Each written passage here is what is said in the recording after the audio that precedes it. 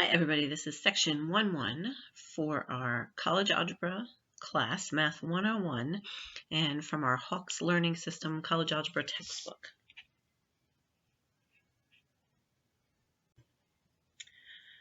The first thing we're going to talk about are just different types of numbers. When we're talking about numbers, when we talk about the domain, sometimes we're referring to what numbers will work with the problem. What can we plug in or substitute in for the variable that we have? And so sometimes when we talk about domain, we're naming a list of numbers or a type of numbers. The first set of numbers we have listed are the smallest set of numbers. And when I say small, even though it's the smallest set, it still goes on infinitely, like all of the sets do. But the first set is the natural set of numbers, or they're sometimes called counting numbers. In your natural set of numbers, they use this fancy looking N here to describe the set with letters. And it starts at 1. It's basically your counting numbers. Like when you learn to count, you don't ever say, you don't start at 0, you start at 1. So natural numbers or counting numbers start at 1. So it's like 1, 2, 3, 4, 5, 6, and it goes on infinitely. Our next set of numbers is the set of whole numbers. And this is very similar to your set of counting numbers. The only difference is now with whole numbers, we add in 0. So it goes 0, 1, 2, 3, 4, 5, 6. And there is no special symbol for whole numbers. All right, our next set of numbers are integers. And integers include natural numbers and whole numbers because they include 0. And then the opposite of those natural numbers, or those whole numbers. So like 1 is an integer. It's also a natural number and a whole number, but it's also an integer. -1 is an integer because it's the opposite of 1. Now, the important thing to know with most people, when they think of integers, they're like, any negative number is an integer. It's not. It's only natural numbers and their opposites or their negatives. So like 1, -1, 2, -2. If I have a number like -2.5, this is not an integer because it's not a whole number and its opposite, or a natural number and its opposite. The only integer that doesn't have an opposite is 0, because the opposite of 0 is 0. And we do use the letter Z, this fancy looking Z, to denote integers.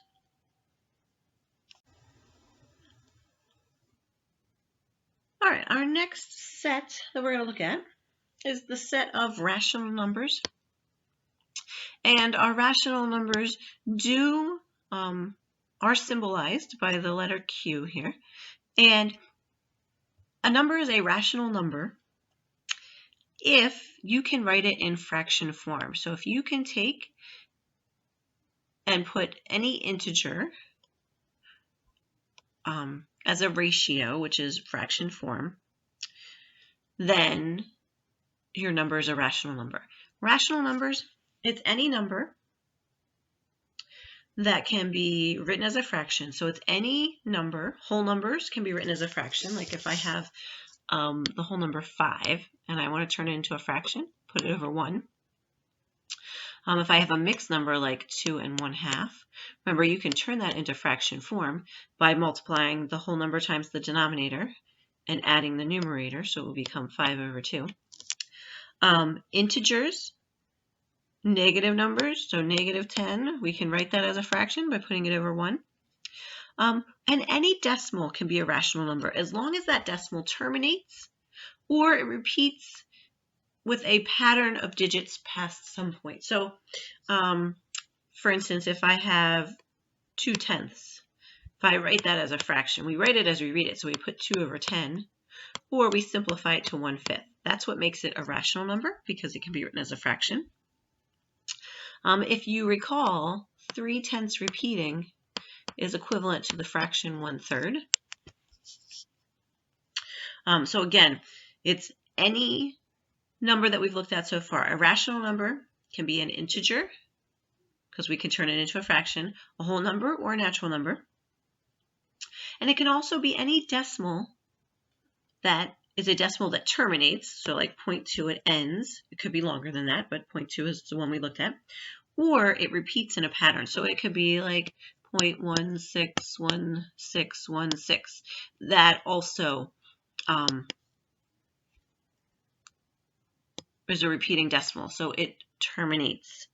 Or it doesn't terminate, but it repeats in a pattern, so it's a rational number.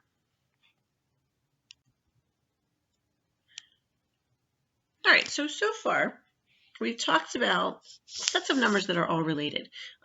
We talked about rational numbers. We talked about natural numbers to start with. So I'm going to put my natural numbers right here. So we had our natural numbers. And then we had whole numbers. And remember, all of our natural numbers are whole numbers. And then we talked about integers, which all of our whole numbers and our natural numbers are also integers. And then all of our integers are also rational numbers. Sorry, my handwriting's not very good today. All right, now next, we are going to talk about irrational numbers. Irrational numbers are not related to rational numbers, so we're actually going to start a new branch here, and it's going to be our irrational numbers. And irrational numbers is any number that you cannot write, or it's not that you can't write it as a fraction. If you write it as a fraction, it's just like we have a fraction that it's assumed to be equal to, but it's not really. So a rational number or an irrational number is a number that in decimal form, it doesn't end and it doesn't repeat in a pattern.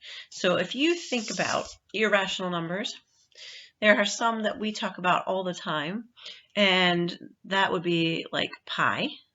So pi is an irrational number. The square root of any number that's not a perfect square, so like the square root of 2, if you do that number on the calculator, if you do the square root of 2, you'll get a long decimal. It really, in reality, even though it has to end on the calculator, it never ends, it never repeats in a pattern. So those are our irrational numbers. And I always think irrational, they don't quite make sense. You know, they don't end like we think they should. So that makes it irrational. And then our last set we have is denoted with a fancy R, and that is our set of real numbers.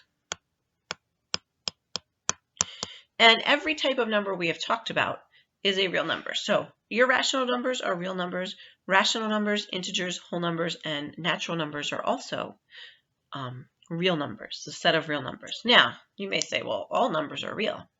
True, except in math, the cool thing is, you know, mathematicians figured out that infinity wasn't enough. We didn't have enough numbers, so we did create what we call complex or imaginary numbers. And we will look at those in this chapter, and we will use them throughout our college algebra course. All right, so next we're going to just talk about inequality symbols, because we will be working on the number line quite a bit. And just as a review, because sometimes, you know, we don't use them for a while, we don't remember them. So our first statement we have here is A is less than B. This symbol is your less than symbol. And just recall that you read a symbol from left to right. So I always think if the arrow is pointing to the left, it's less than. It's going to point to the smaller number. So this is your less than symbol. Or if I put a line under this, it's less than or equal to. So that means it can include the number or be smaller than the number. Now, if our arrow is pointing in the other direction and it's pointing towards the right, that means greater than. So the number on the left is greater than the number on the right. Again, if we add the line underneath, that will be greater than or equal to. And here's another slide just showing the greater than or equal to symbol. Less than or greater than are called strict inequality signs, while less than or equal to and greater than or equal to are non-strict inequality signs. Not really something that we're going to talk about the meaning of strict and non-strict in this course, but just some vocabulary that if you see it in the future, you've heard it. All right, next we're going to talk about set builder notation. Set builder notation is used to describe a set of real numbers. And set builder notation, when you look at it initially, it looks kind of scary and hard, but I promise you it's not that bad. So when we do set builder notation, the first thing you start with is you always will start off with, and it'll be whatever variable you're talking about. We're describing the set of x. So you're always going to have, braces. So not parentheses. You can see it a little bit better here, but they have the check mark, or the parentheses with the pinch in the middle, I say. So you're always going to start with a brace. You're always going to start with your variable, and that with a straight line, and then your variable again. And that stands for the first x. This is the set of all x.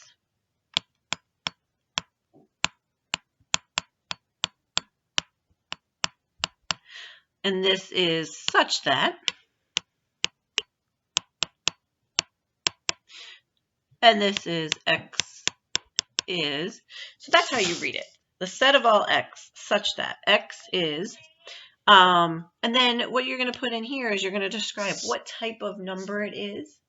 So you're going to say a natural number.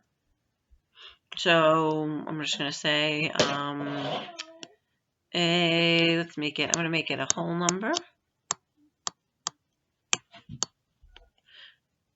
And then the last thing you're going to do is describe that set of whole numbers that you're using. So a whole number, and x is greater than or equal to 5.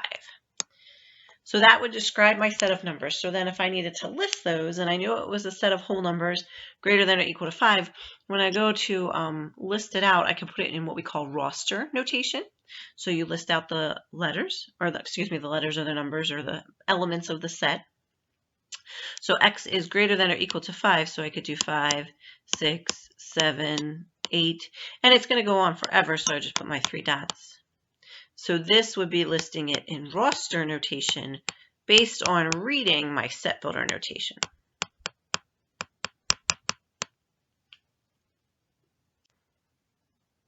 All right, and so here we are going to practice naming sets based on the set builder notation. So we're going to read the set builder notation and then use our roster notation, again, our list of numbers, to help us describe the set. So A says the set of all x such that x is an even integer. All right, well, even integers, we know, could be like -4, -6, -8, and it could keep going down pretty far. So I'm going to start with 3 dots because I know it can go on infinitely to the left. And then let's see, I'm going to put -4, -2. 0 is an even integer. And then I know it can be positive, so I could have 2, 4, 6. And again, it can go on even in the other direction as well. So I'll put the 3 dots. It's called the ellipsis. That shows that it goes on forever. On the end, on the right side as well. And when you write your roster notation, you do want to kind of put it in like in the order we're used to. So kind of like follow the number line, how we're used to reading that number line. So now for B, it says the set of all x such that x is an integer such that it is -3 is less than or equal to x, which is less than 2. So for x here, I know that x is greater than, if I read it, x is greater than or equal to -3. So I can put my -3 in there. I can put -2, -1, 0, 1, and then x is less than 2, but it doesn't include 2. So because there's no line right here, I'm going to stop there. So that would be an integer that is where x is less than or equal to -3, but less than 2. I'll erase it a little bit so you can see it better. All right, and for B, oh, that's B, excuse me, for C, Now we have the set of all y such that y is greater than 1 and y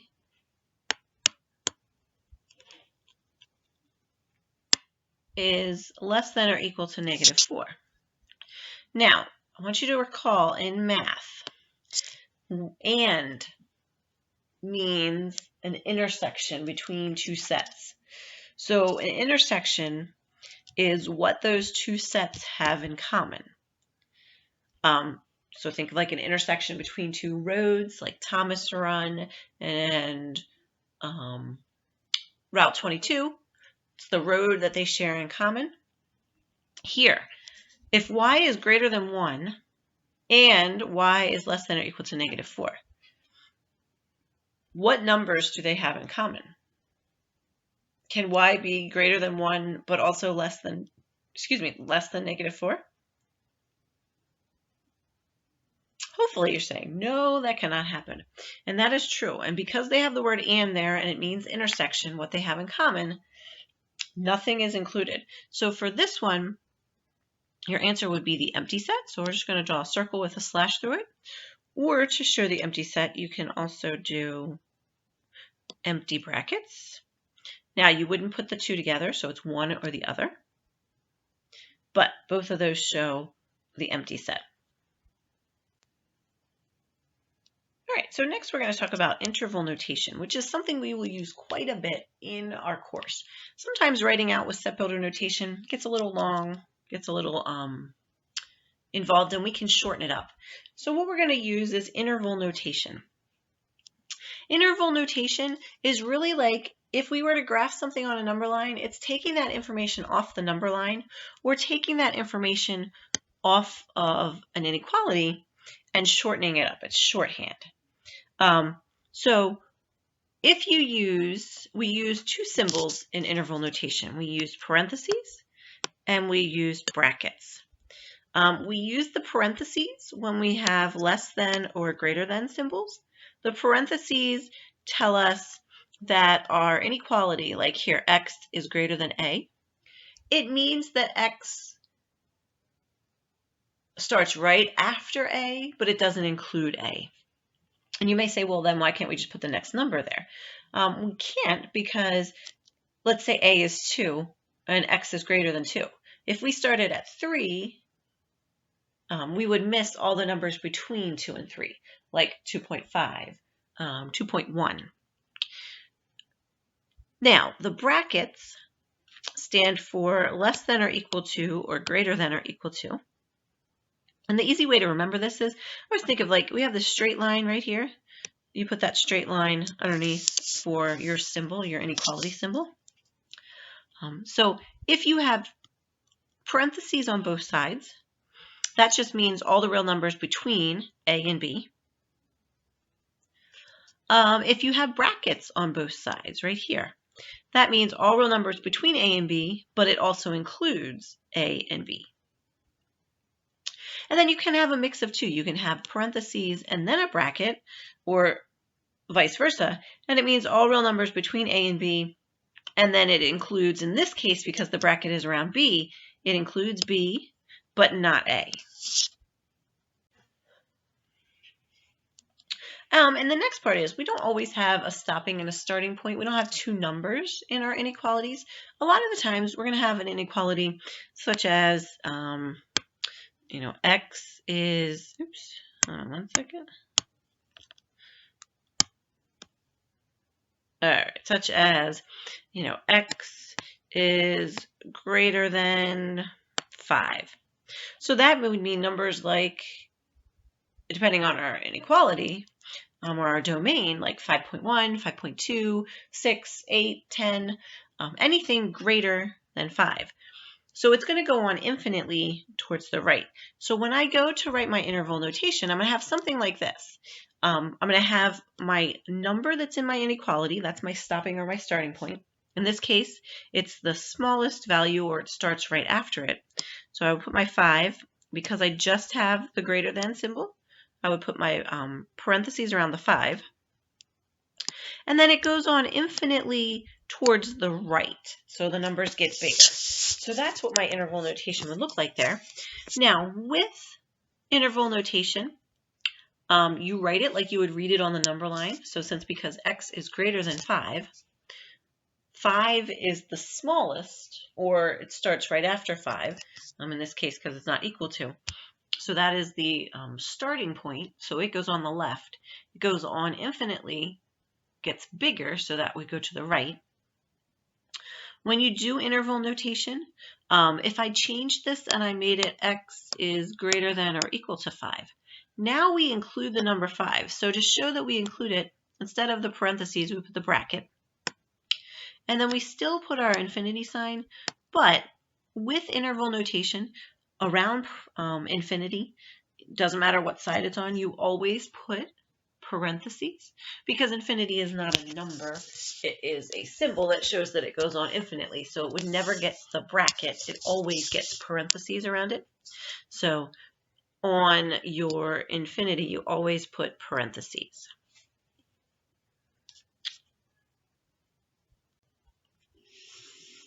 All right, and again here, just some terminology. Intervals, where you have both parentheses around them, and you have two numbers, so it looks kind of like an ordered pair. Those are called open intervals. And then if you have brackets around both numbers, those are called closed intervals. Now, if you have parentheses and then a bracket, it's half open or half closed, depends on how you want to call it. And then when you have the symbols infinity, negative infinity, and positive infinity, those show that the intervals, they aren't open or closed, they extend on infinitely in either the right or the left directions.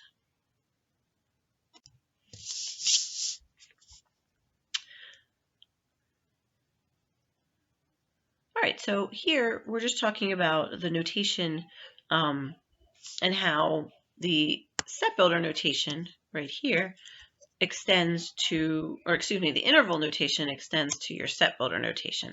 So if I had a bracket, -3, 10 with parentheses, if I put it into set builder notation, it would be the set of all x such that -3 is less than or equal to x, which is less than 10. If I have the interval negative infinity to positive infinity, it would be the set of all real numbers. If I were to put that into set builder notation, it would be the set of all x such that x is a real number. And you could use write it out, or you could use that fancy R, which I'm not very fabulous at drawing, but there you go. All right, and the last thing we're going to talk about in this section is just a reminder about absolute value. So absolute value is the distance a number is from 0 on the number line. The symbol for absolute value, if you recall, are the two straight lines. So like if I wanted to do the absolute value of 7, you're looking for how many places away from 0 is it on the number line. So the distance. 7 is 7 places away from the number line. If I went to the absolute value of -7, -7 is also 7 places away from the number, from 0 on the number line. Absolute value, again, because we're talking about distance, your answer coming out of those brackets will always be a positive number, because think about distances. When you wake up in the morning, do you ever say, I'm going to walk -2 miles today? No, because you either walk 0 miles or you walk your 2 miles or whatever it is. You walk a distance. Even if you drive a car backwards, you're still adding miles to the car. So it doesn't matter which direction you're walking or which way you're walking, you're still adding distance. So absolute value, the number that comes out of the braces or the brackets, is always going to be positive. Now, we do treat absolute value symbols like parentheses. So if I had something like -5 + 2, what you want to do is you do the math inside before you take the absolute value. So I would do -5 + 2, which gives me -3. and then take the absolute value, and my final answer would be 3. One other thing to look out for, occasionally with absolute value, you may have something like this. So here, we need the absolute value of -6, but then they want us to take the opposite of that. So in this case, the absolute value of -6 is 6, but the opposite of that would make it a -6. And the only reason our answer is negative here is because we have that negative on the outside of those absolute value symbols, where that stands for taking the opposite of whatever you got from the absolute value.